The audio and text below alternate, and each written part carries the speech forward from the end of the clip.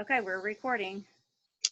Hi, my name is Yolanda Johnson, And I'm Charity Mitchell. and we will be examining the impacts of sexual assault, a trauma-focused presentation. And to jump right into our presentation, we'll be starting off with our client. Her name is Jada. She's 17-year-old female that's biracial who lives with her grandma in a low-income apartment building in a pretty rough neighborhood. Jada began hanging out with a guy in the neighborhood who likes to go to parties, and one month Jada was raped at one of the parties by one of the guy's friends.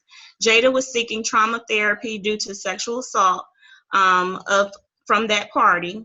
And Jada is now having feelings of hopelessness and issues in school.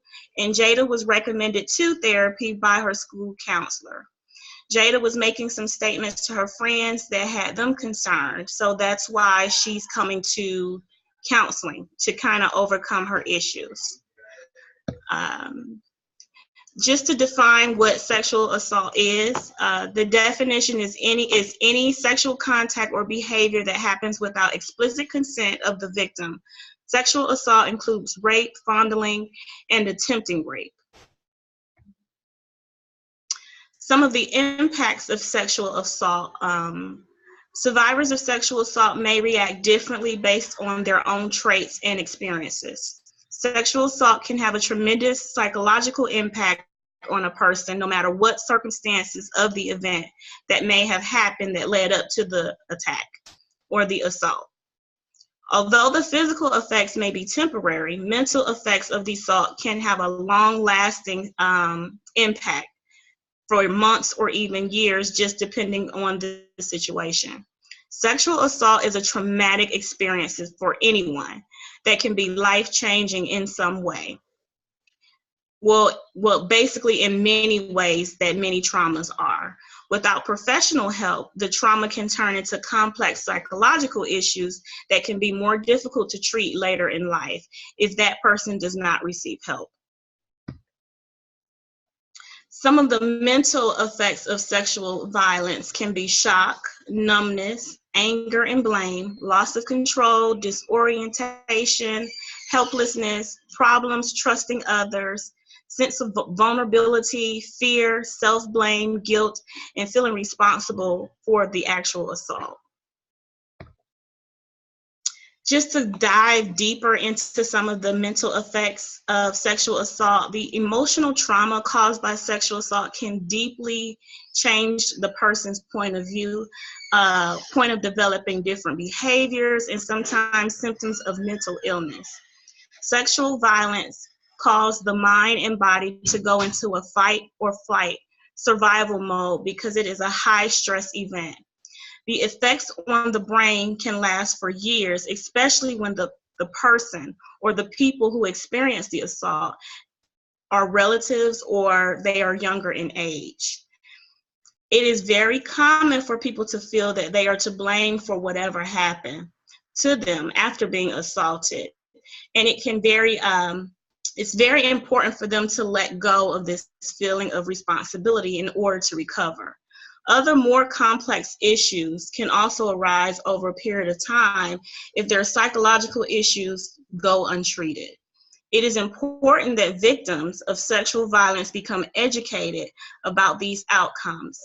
And leaning into that, therapy is really good with helping people to overcome. Some of the somatic symptoms include anger, fear, anxiety, shame, flashbacks, and grief. It is best for the victim to always seek help immediately. They are not alone in it. It is a lot of people that go through the experience of trauma as a result of a sexual assault. So the best outcome are for those victims who seek help immediately.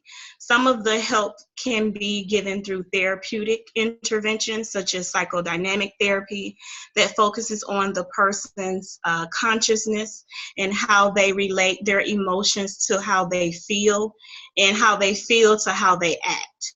to kind of change those negative dynamics. Another therapy is CBT, cognitive behavior therapy, that kind of helps the person be aware of those negative emotions so they can be aware of triggers, so they can be able to overcome those triggers by incorporating positive affirmations to kind of redirect those emotions. So therapy is very beneficial. And with that being said, we're going to switch roles, and Charity is going to become a new client, and the therapist, and I'll be a new client. Hi, this is Charity. My client's name is gonna be Chrissy. She is a 17-year-old biracial female who is living with her grandmother in a neighborhood that's not necessarily the best neighborhood for them to be in. She is hanging out with the wrong crowd and went to a party about a month ago with her boyfriend and was raped by some guys at the party. Since then, she has been isolating at home, barely speaking to her grandmother, not hanging out with her friends, missing a lot of school, and when at school, she's having a lot of behavioral issues, being argumentative with the teachers and things like that. So her school counselor has recommended her come to therapy because Chrissy has kind of made some comments that made her feel like she may have been involved in some sexual assault. So the definition of sexual assault is any feeling that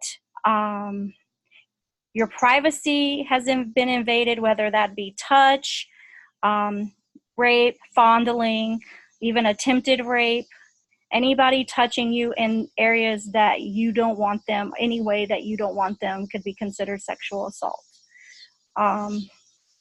The impacts of sexual assault, it could be immediate. It could be where you don't really experience those feelings or symptoms of the sexual assault until much later. It's a very traumatic experience and can be life-changing to the person, and each person reacts to that sexual assault differently. So there's no set way that someone's expected to act during this. It's really important to be aware that this is not your fault. You did not ask for it. It wasn't the way you were dressed. It wasn't you walking by yourself in a place. It wasn't you doing anything but being you.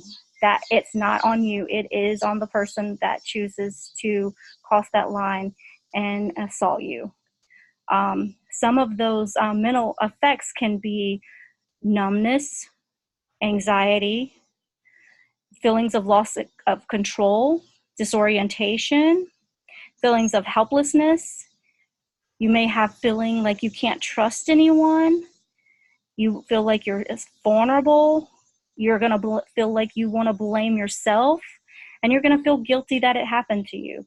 But again, be aware that this is not on you. You did not do this. It can change you. It can always provide, it'll maybe put you feeling like you're always feeling hyper-vigilant, where your fight and flight mode is always on. You're always super aware around you. You're never relaxed. This can go on forever. It can go on till you're much older, and sometimes those mental effects can move on to affect your body. So your somatic symptoms, your body may tell you that something's going on, like you're having headaches a lot. You're starting to experience depression where you don't want to get out and go places. Your stomach may start hurting. You may lose feeling in a body part. Those are all ways that your body lets you know that things aren't okay with you in your mind. You're going to probably experience flashbacks. You may have really bad nightmares from it. A lot of grief may be involved in what happened to you, especially if that was a time that you've never had a sexual experience, and that was your first sexual experience. You may grieve that, and that's all normal. And it's normal for you not to feel good sometimes about this stuff, and that's okay. And that's why it's important to reach out reach out to your friends, your counselors. There's hotlines in your area that you can call. You can always call the suicide hotline. We can provide that number for you. There's so many options out there for you to do, so you're not alone.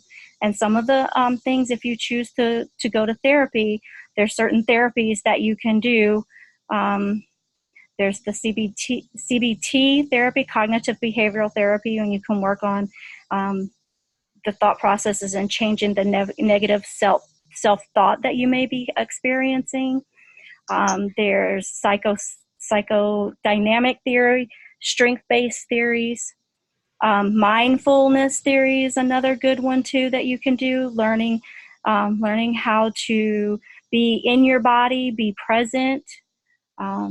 Meditation, guided imagery, breathing, any of the grounding techniques that the mindfulness can provide is a really good option to help you feel more centered in your body and aware of what's going on, so that you're able to feel safe, and really finding a therapist that works for you, where you feel comfortable, because at this point you're probably not feeling like that you're safe with anyone. So, taking your time, getting to know that therapist, and really building that relationship so that they can help you through these symptoms and help you remember that it's not your fault and these things don't have to take over your life. And it doesn't always, it could go for 6 months to a year. It may be a while, but just take the time to do the therapy if you want, and work through it. But you will be better and you will be okay. Okay? Absolutely. And another good therapy that is good is person-centered therapy. And I think Charity kind of hit at that. So it's a lot of options out there once the client does tend to, take on and go seek help. All right. Thank you for watching. Thank you. Bye-bye. Bye.